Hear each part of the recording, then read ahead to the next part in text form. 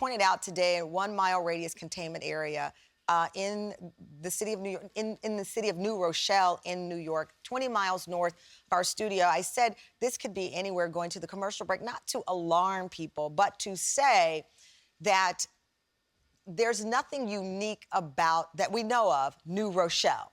Right. This is suburban America. That's right. And somebody could catch this virus just like we catch the flu. So they could bring it where they travel. We don't have surveillance yet in this country. We're not testing a lot. So you have to just be cautious. They have the National Guard in that area now. We have with us in Cyber Hall Tamar Weinberg, who is under self-quarantine inside the containment zone. Thank you for joining us. You live in the containment zone, but you've been self-quarantined for 9 days. What happened?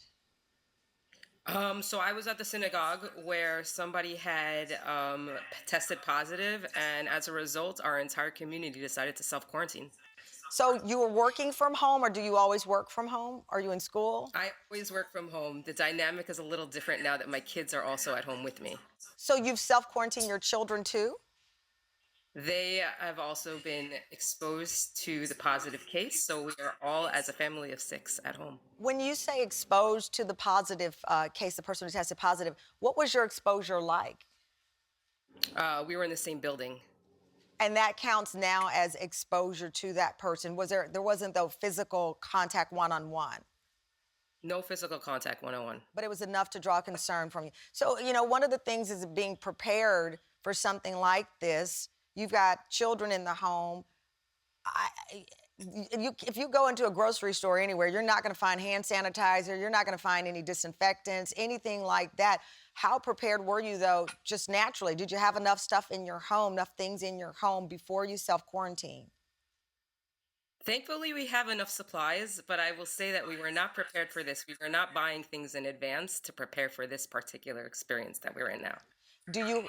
So with you and your kids, how long do you plan to self-quarantine? Because, again, you can leave your home. This is something you're doing as a precaution, right?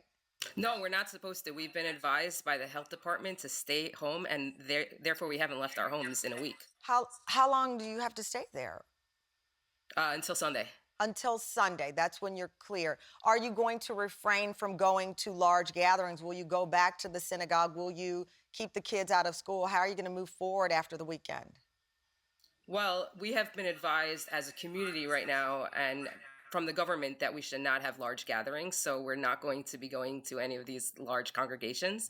And the kids, hopefully, they'll be going back to school in the next couple of days, maybe potentially a couple of weeks, and business will resume as usual, hopefully. All right, hopefully is right, Tamar. Thank you so much. Dr. Fink, so again, understanding the process here. First, what are the key signs we should be looking for if someone believes that they have the virus or should be tested? Sure, and I want to say people are scared. Yeah. Most cases are mild, but the virus has a chance to cause serious disease, especially as we get older or have underlying health issues. It's similar to a flu. The main symptoms are fever and cough. Fever of 102, 100, I mean, it's just a spiked fever? I'm not sure that there's an exact number on so that. a cough, but I read a dry cough versus a wet cough. That's what I read in one of the articles. Yeah, that's what they say, dry cough. A lot of people I always aren't tell my quite team, sure what do you mean the that's what difference they is. say? I know. Ooh, that's what I'm reading. So, no, but actually the researchers in China, they studied thousands of cases where that's where the So dry, outbreak wet began. cough, just a cough. Let's say a cough, yes. You don't seem certain.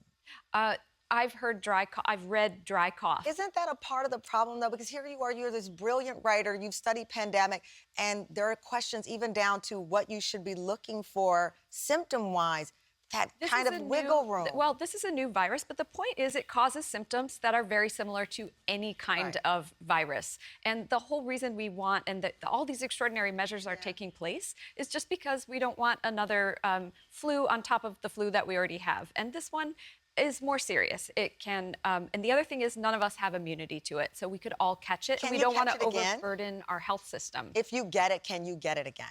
Scientists don't know yet, so that's another question.